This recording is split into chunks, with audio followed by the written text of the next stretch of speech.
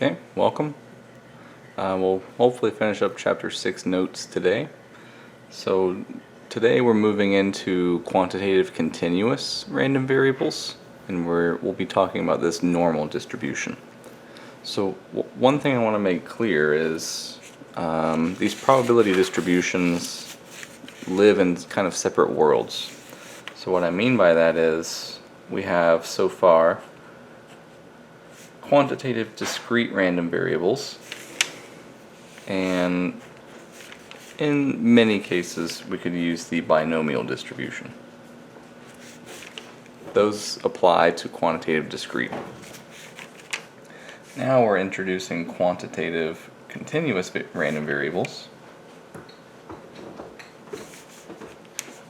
and these will, and at least the examples we do, follow the normal distribution.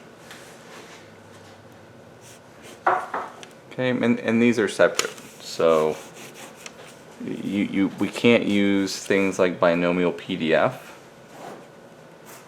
when we have a quantitative continuous random variable. And we'll introduce some new functions with the normal distribution. We can't use those with the binomial. If you take some more stats classes, there is a connection between the binomial and the normal, and we'll kind of talk a little bit about that maybe in Chapter 7 briefly.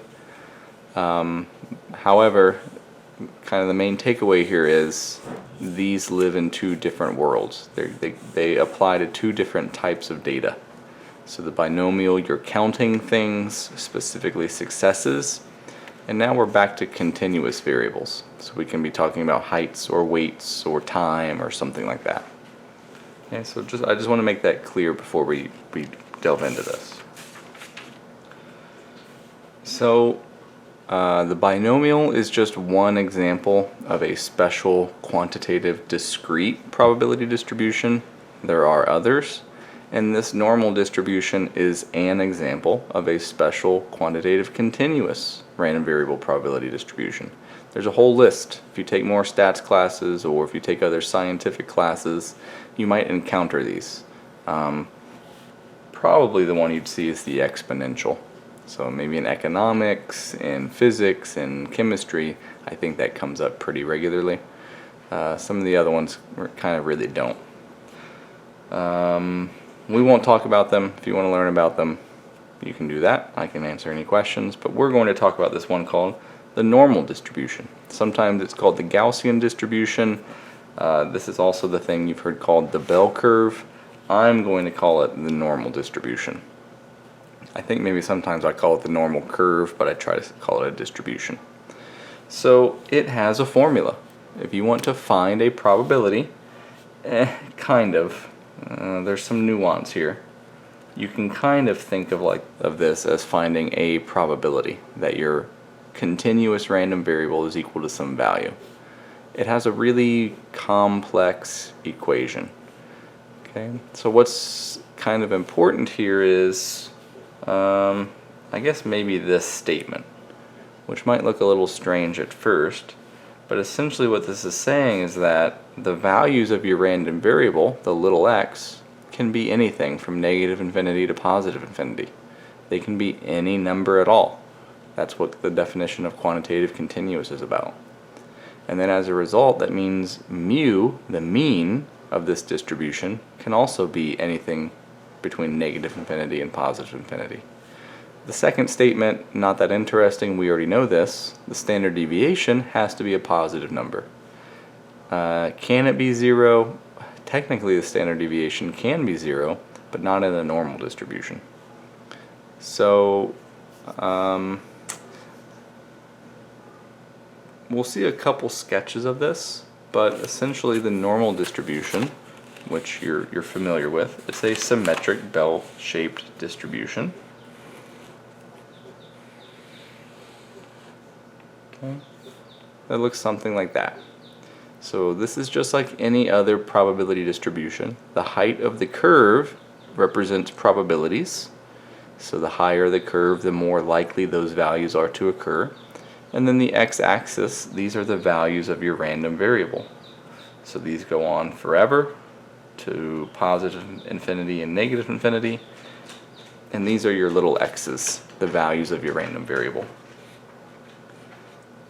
The height of this distribution is, again, I'm going to use this notation just for now, but there's some nuance here.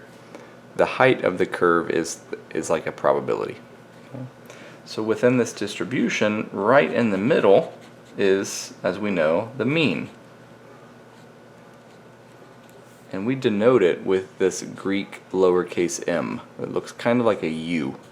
Okay? But that Greek lowercase u, pronounced mu, I won't call it mu very often. I'll just call it the mean. Okay? That describes the center of the distribution. The other parameter that we need, so you can kind of imagine there's the mean right in the middle. The width of the distribution, that's that symbol sigma. That's your standard deviation. Then we know what the standard deviation is. So essentially what this standard deviation does is it describes how fat or skinny the distribution is. So for example, if I draw two other normal distributions, and maybe I'll put them at the same spot. So we'll imagine that they have the same mean. Who knows what it is? It's some number mu. There's one normal distribution, and then we have another one. Okay. The standard deviation of this one, maybe I'll call that standard deviation 1, compared to the standard deviation of this distribution, is much smaller. So the skinny distribution has a smaller standard deviation than this really wide distribution. So if you recall what the definition of standard deviation is it's saying, on average, how far away from the mean are the data points. So if the standard deviation is a bigger number, then that means on average the points are further from the mean. So that distribution will be more spread out. So we can describe any bell curve with these two parameters, the mean and the standard deviation. The standard deviation again tells us how fat or skinny the distribution is, and the mean tells us where does it live. If you think about your number line from negative infinity to positive infinity, the mean is telling you where that distribution lives, specifically the center of that distribution. So you don't need to know this formula. Any calculations using this formula will be done with the calculator. Okay. So one thing we're going to make quite a bit of use of is the thing back from, I think it was chapter 2, called the empirical rule. And if you recall, this said, it kind of told us how a bell curve can be divided up. So specifically, what I mean by that is, if you start at the mean and you go up and down one standard deviation, then that will contain 68% of the distribution. If you're starting in the mean and you go up and down 2 standard deviations, then that section contains 95% of the distribution. And then if you go up and down 3 standard deviations, that section will contain 99.7% of the distribution.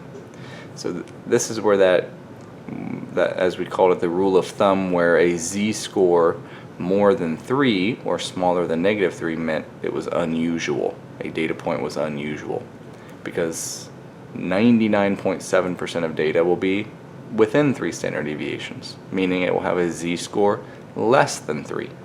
So if there's a z-score more than 3, then there's a really small chance for that data point to arise. It doesn't mean it's impossible, it just means it's unlikely, and that's why we call those unusual.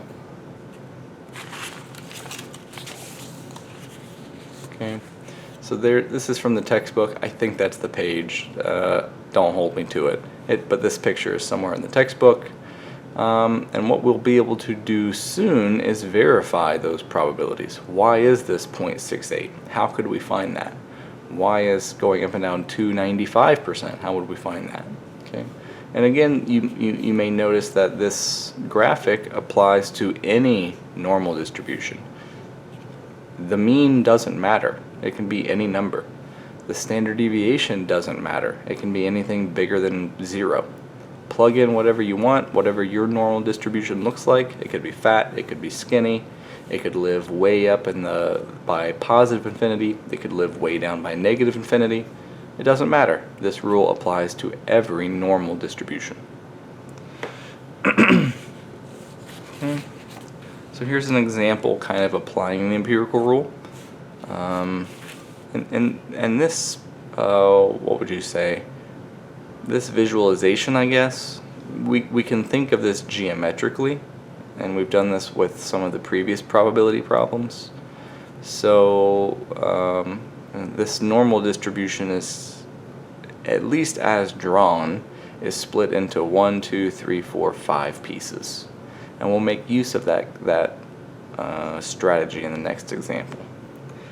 Something else to mention, which is just kind of an interesting fact. So this distribution goes, again, forever. So if you draw the axes out, this distribution just gets closer and closer and closer to the axis, but it never touches. And the same is true as it goes to positive infinity. It gets closer and closer and closer, but it never actually touches. And what's interesting about this is, even though this distribution goes forever and never closes, if you will, and never touches the axes, the area under this curve is going to be equal to 1. So that's kind of another concept we're going to make use of, is we're going to think of area as probability. So if you think about like the area of a square, if it has sides 1 by 1, then its area is 1. There's kind of probability distributions that would fit a square shape, maybe like a uniform distribution. But if you think about computing the area under this curve, which if you've taken calculus you can do, if you filled in everything under this curve with a gallon of paint, say, you would use 1 gallon, even though it goes forever. So it's kind of an interesting characteristic. So here's an example. So sometimes you'll hear that instructors or whoever will grade on a bell curve. So suppose that one instructor wants to do that, assign grades based on the bell curve in the following way. So they're going to divvy up the grades by standard deviations. So any score within 1 standard deviation of the mean will get a C. From 1 to 2 standard deviations below the mean gets a D. More than 2 standard deviations below get an F. And then the same type of rule applies going up. If you're between 1 and 2 standard deviations above the mean, then you get a B. If you're more than 2 standard deviations above the mean, then you get an A. So they're just slicing up all of the grades by the standard deviations. So we want to know, is this something we would want as a student? So essentially what we want to know is, we want to answer questions like, what's the probability that a random student would get a C? Okay, so we can find that. So the probability of a C from the empirical rule, so that's within 1 standard deviation of the mean, and that says that's 68% of the data. So by the empirical rule, 68% of students will get a C. So this section, this portion of the curve is 68% of the curve. Okay. So now we have to figure out, say, B or D. So now this is where we're going to start taking advantage of the geometry. And what you might notice is, well, if we find the probability of if we find the probability of B, this distribution is symmetric, and that means this is the same as the probability of D. Okay? So if we think back to the empirical rule again, that says from 2 standard deviations below the mean to 2 standard deviations above is 95%.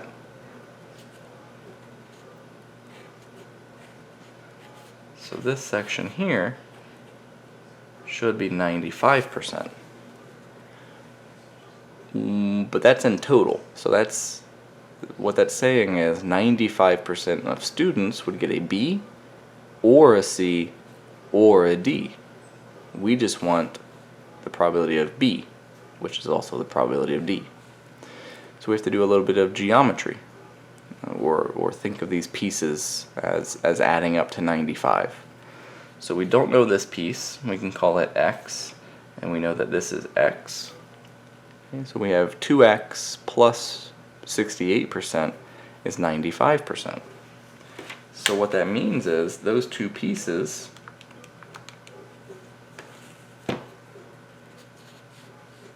let's see, maybe I'll just sketch it over here. Those two X pieces combined will equal 27% of the distribution.